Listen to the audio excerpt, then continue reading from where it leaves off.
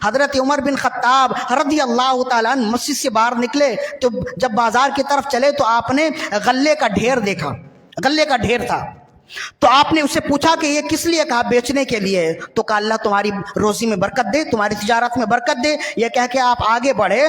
وہ حضرت عمر بن خطاب حضرت عثمان غنی رضی اللہ تعالیٰ عنہ کے غلاموں میں سے تھے جن کا یہ غلہ تھا۔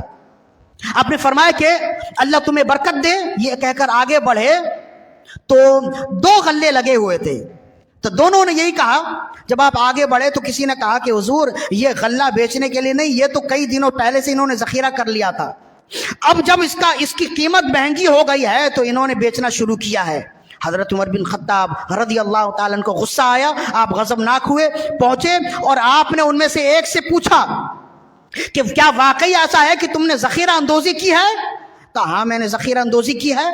تو آپ نے فرمایا کہ میں تمہیں رسول اللہ صلی اللہ علیہ وسلم کا فرمان سناتا ہوں کہ رسول اللہ صلی اللہ علیہ وسلم ارشاد فرمایا، سمیعت رسول اللہ صلی اللہ علیہ وسلم یقول، میں نے رسول اللہ صلی اللہ علیہ وآلہ وسلم سے سنا، آپ نے فرمایا من احتکر علی المسلمین، جس نے مسلمانوں کے سامان کو ذخیرہ اندوز کیا، ضربہ اللہ الجذام والافلاس، اللہ تعالیٰ اسے کوڑ کے مرض میں مبتلا کرے گا اور اسے فقیری میں مبتلا کر دے گا۔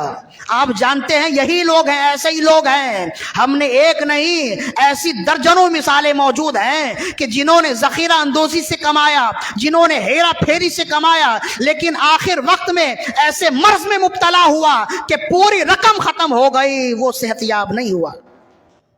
ایسا ہی ہوتا ہے، جس انداز سے مال آئے نا تو جس تیزی سے مال آئے اسی تیزی سے مال جاتا ہے، بشرطے کہ وہ مال حرام کے ذریعے سے آئے، ورنہ اگر حلال ذریعے سے آئے تو اس کی رفتار تو کم ہوتی ہے لیکن جانے کی رفتار بھی کم ہوتی ہے۔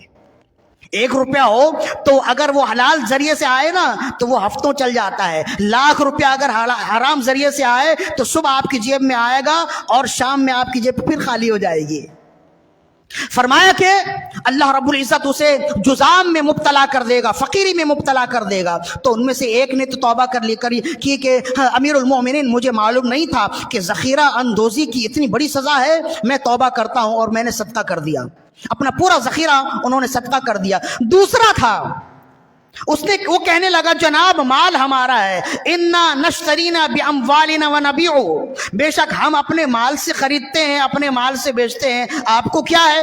ہم ذخیرہ اندوزی کریں یا نہ کریں، ہم احتکار کریں، ہم قیمت بڑھا کر بیچیں یا کم گھٹا کر بیچیں، آپ کو کیا ہے؟ مال ہمارا ہے، سامان ہمارا ہے، آپ کو کیا تکلیف ہے؟ آپ اپنی راہ لیجئے۔